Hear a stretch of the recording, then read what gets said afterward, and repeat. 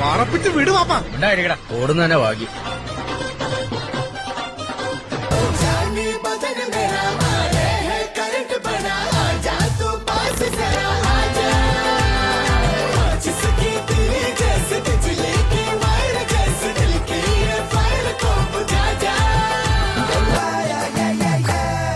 അന്നക്കിളിയുടെ പരവറിയുമ്പോൾ ആവാനം കടവിൽ ചെല്ലച്ചെറുകുഴലൂതിയിരിക്കും ചോലക്കുയിലോതി.